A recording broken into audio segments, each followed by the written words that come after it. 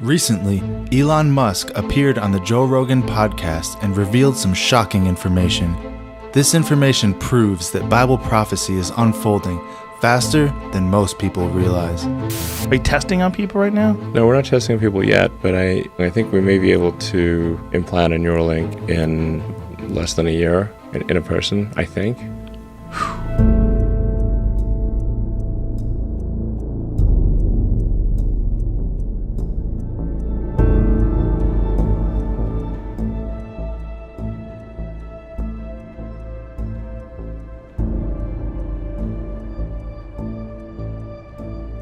Once you become a god, I mean, you literally could fundamentally change the way human beings interface with each other. Yes. Yes.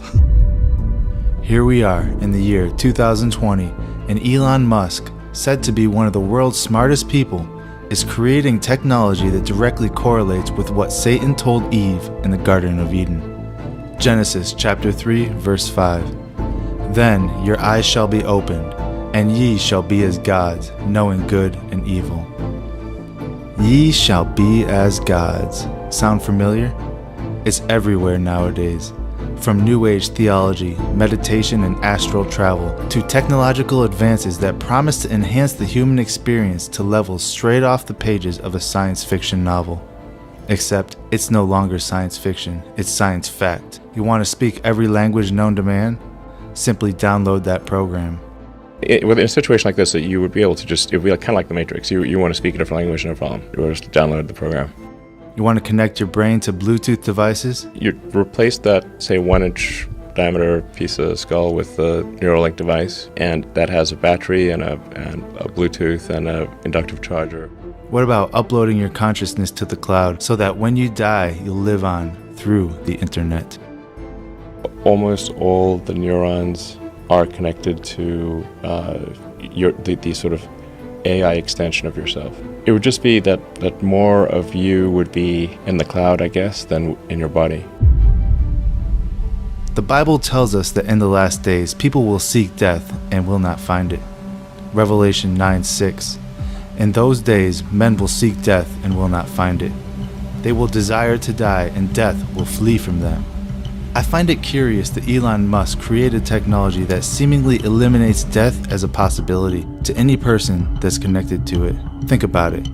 Let's say a person takes this implant, then dies, but their consciousness is uploaded into the cloud. After a period of time, this person realized that it was a mistake and they want to exit the cloud, but they can't. This would be them seeking death and not being able to find it, exactly what Revelation 9:6 says.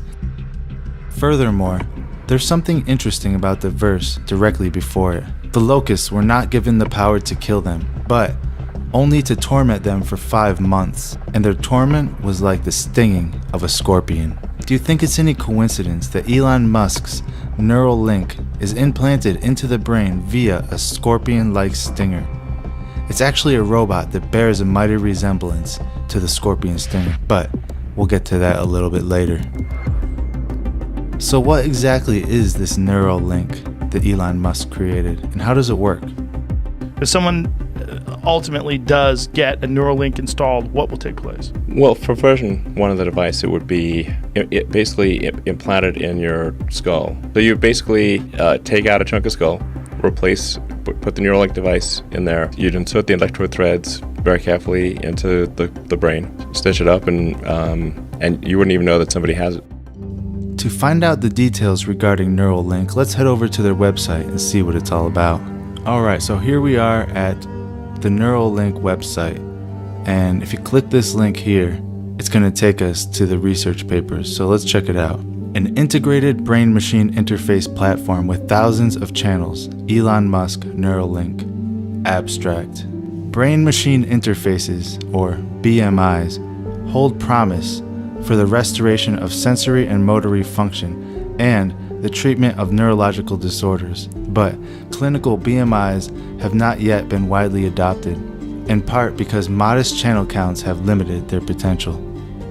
In this white paper, we describe Neuralink's first steps toward a scalable, high-bandwidth BMI system. We have built arrays of small, flexible electrode threads with as many as 3,000 372 electrodes per array distributed across 96 threads. We have also built a neurological robot capable of inserting 6 threads, 192 electrodes per minute. Each thread can be individually inserted into the brain with micron precision for avoidance of surface vasculature and targeting specific brain regions. The electrode array is packaged into a small implantable device that contains custom chips for low power, onboard amplification, and digitization. The package for 3,072 channels occupies less than 23 by 18.5 by 2 millimeters. A single USB-C cable provides full bandwidth data streaming from the device, recording from all channels simultaneously. This system has achieved a spiking yield of up to 70% in chronically implanted electrodes. Neuralink's approach to BMI has unprecedented packaging, density, and scalability in clinical relevant packages. So what they're saying here is they created a brain-machine interface that connects directly to the neurons inside of your brain, allowing you to connect a USB-C device to the Neuralink. Let's continue on. Introduction. Brain-machine interfaces, BMIs, have the potential to help people with a wide range of clinical disorders. For example, researchers have demonstrated human neuroprosthetic control of computer cursors, robotic limbs, and speech synthesizers using no more than 256 electrodes. While these successes suggest that high-fidelity information transfer between brains and machines is possible, development of BMI has been critically limited by the inability to record from large numbers of neurons. Non-invasive approaches can record the average of millions of neurons through the skull, but this signal is distorted and non-specific. Invasive electrodes placed on the surface of the cortex can record useful signals, but they are limited in that they average the activity of thousands of neurons and cannot record signals deep in the brain. Most BMIs use invasive techniques because the most precise readout of neural representations requires recording single action potentials from neurons in distributed functionality linked assembles. So in the introduction here, they're saying that this technology has the capability to help people that have brain injuries by using these Neuralink wires and connecting them to parts of the brain that may be injured or damaged for some reason. Let's keep reading. Further on down the page, we read this. Here, we report Neuralink's progress towards a flexible, scalable BMI that increases channel count by an order of magnitude over prior work. Our system has 3 main components: ultra-fine polymer probes, a neurosurgical robot, which is that scorpion stinger I was telling you about, and custom density electronics. We demonstrate the rapid implantation of 96 polymer threads, each thread with 32 electrodes for a total of 3,072 electrodes. We develop miniaturized custom electronics that allow us to stream full broadband electrophysiology data simultaneously from all these electrodes. We package this system for long-term implantation and develop custom online spike detection software that can detect action potentials with low latency. Together, this system serves as a state-of-the-art research platform and a first prototype towards a fully implantable human BMI. Now, in this Joe Rogan podcast, Elon says that a working BMI or a working Neuralink implant is ready to install in humans in about a year from now. And as you'll see, they've already installed this on rats. Let's continue reading. Section 2. Threads. We have developed a custom process to fabricate minimally displacive neural probes that employ a variety of biocompatible thin film materials. The main substrate and dielectric used in these probes is polyimide, which encapsulates a gold thin film trace. Each thin film array is composed of a thread area that features electrode contacts and traces and a sensor area where the thin film interfaces with custom chips that enable signal amplification and acquisition. So they're basically saying that they've developed these very, very tiny wires that go into your brain and they can put them on specific neurons to control the action of that neuron. Basically, what they do is they cut a square hole out of the skull and Using the scorpion-like stinger, they go into your skull, bypassing any arteries or veins because this scorpion-like stinger is a robot which is specifically programmed to, quote, non-invasively implant these wires. And these wires are attached to a square that's fused to the back of your head where you can plug in a USB cable. He goes on to say, "We have designed and manufactured over 20 different thread and electrode types into our arrays. 2 example designs are shown in panels A and B of Figure 1, which is on the screen right now. Probes are designed either with the reference electrodes on separate threads or on the same thread as the recording electrodes, referred to as on-probe references. We have fabricated threads ranging from 5 to 50 microns in width that incorporate recording sites of several geometries. Thread thickness is normally 4 to 6 microns, which includes up to 3 layers of insulation and 2 layers of conductor. Typical thread length is approximately 20 millimeters. To manage these long, thin threads prior to insertion, Parylene C is deposited into the threads to form a film on which these threads remain attached until the surgical robot pulls them off. Each thread ends in a 16 by 50 micron loop to accommodate the needle threading. So basically, they design these tiny little wires that are implanted by this robot and can go into specific places to control different functions of the brain. And keep in mind, this is less than a year away from being implanted into the first human. The rest of section 2 just talks more technical details about the threads and the wires themselves. Let's move on to section 3, which is the robot. This robot resembles the scorpion stinger I was talking about earlier. If you look, you can see it's like a little needle that goes directly into your brain. Section 3.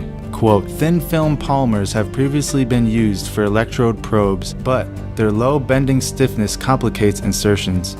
Neuralink has developed a robotic insertion approach for inserting flexible probes." This is what you see on the screen here. Compared to the size of a penny, look how tiny it is compared to a penny. It's almost microscopic, and this is what they're going to be putting into people's brains. Continuing on, allowing rapid and reliable insertion of large numbers of polymer probes targeted to avoid vasculature and record from dispersed brain regions. The robot's insertion head is mounted on a 10 micron globally accurate 400mm by 400mm by 150mm travel 3-axis stage and holds a small, quick swappable needle pincher, as you see in the picture here.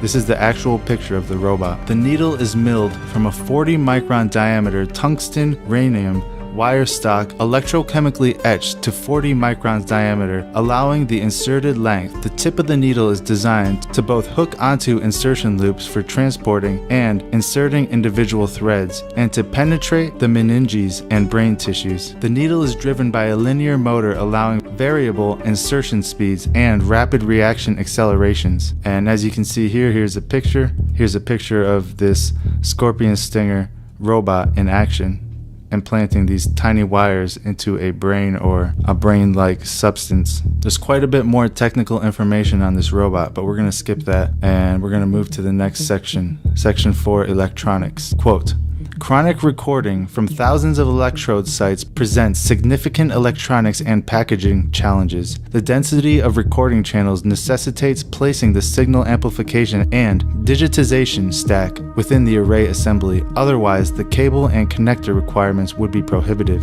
This recording stack must amplify small neural signals while rejecting out-of-band noise, sample and digitize the amplified signals, and stream out the results for real-time processing, all using minimal power and size." And here's a picture here of the diagram. You can see the chip. This is the little square that will be implanted into your skull, and there's the little USB port right there you can plug your wires into. And here's a picture of the rat that they successfully implanted the Neuralink on. It goes on to say, "An Ethernet connected base station converts the data streams from these systems into multicast 10G Ethernet UDP packet, allowing downstream users to process the data in a variety of ways, e.g. visualizing the data in real time or writing it to disk. Each base station can connect up to 3 implants simultaneously. These devices are further supported by a software ecosystem that allows for plug-and-play usability with zero configuration. Neural data begins streaming automatically when the cable is connected. So basically, when you're connected to this thing, they're able to download your thoughts, download your memories, and store it on a drive real time, and even see through your eyes. Let's move on to section 5, electrophysiology. We have implanted both systems A and B in male Long Evans rats, as described in section 3. All animal procedures were performed in accordance with the National Research Council's Guide for the Care and Use of Laboratory Animals, and were approved by the Neuralink Institutional Animal Care and Use Committee. Electrophysiological recordings were made as these animals freely explored the arena, equipped with a commutated cable that permitted unrestricted movement. System A can record 1,344 out of 1,536 channels simultaneously. The exact channel configuration can be arbitrarily specified at the time of recording. System B can record from all 3,072 channels simultaneously. Digitized broadband signals were processed in real time to identify action potential spikes using online detection algorithm. So basically, they can connect these rats to the Neuralink software and have full control over the brain in real time using a broadband connection.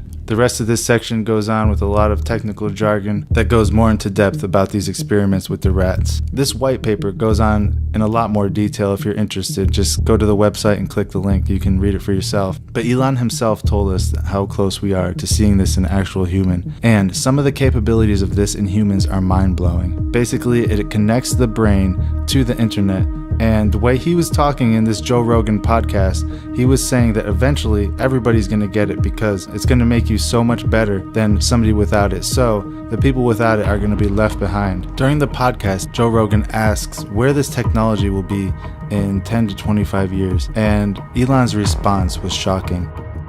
Like, you could hang out with 30-year-old you. I mean, the possibilities are endless. You could recall everything, just like it's a movie, including the entire sensory experience. Emotions. Everything. Everything. And play it back. He goes on to say that in 25 years, he's confident that there could be a whole brain interface that connects every aspect of who you are to the internet. Everything from your personality to your memories, and even with the capability to separate time itself, so you can relive old memories and feel the emotions. You can smell the smells of your memories. You can go back and even create a secondary person, seemingly implanting your own personality into some sort of machine. He says the possibilities are endless. Again, this technology is the physical manifestation of the same lie that Satan told Eve in the Garden of Eden. Ye shall become as gods. The schemes of the devil are always telegraphed by the desired outcome. In Isaiah 14:13 through 14, we can clearly see what Satan's ultimate goals are. Quote, I will ascend to the heavens. I will raise my throne above the stars of God. I will sit on the mount of assembly in the far reaches of the north. I will ascend above the tops of the clouds. I will make myself like the Most High. End quote. Therefore, whenever we see something that has the ultimate goal of removing the Most High God from the equation, something like Elon Musk's Neuralink, for instance, there can be no question as to its origin. 2 Corinthians, verse 4, chapter 4. In their case, the God of this world has blinded the minds of the unbelievers, to keep them from seeing the light of the gospel of the glory of Christ, who is the image of God. You see, we must keep our eyes fixated on Jesus at all costs. Everything else is just a distraction, because the one who endures to the end will be saved. If you enjoyed this video, please take the time to add a comment, tell us how you feel, and don't forget to hit that like button.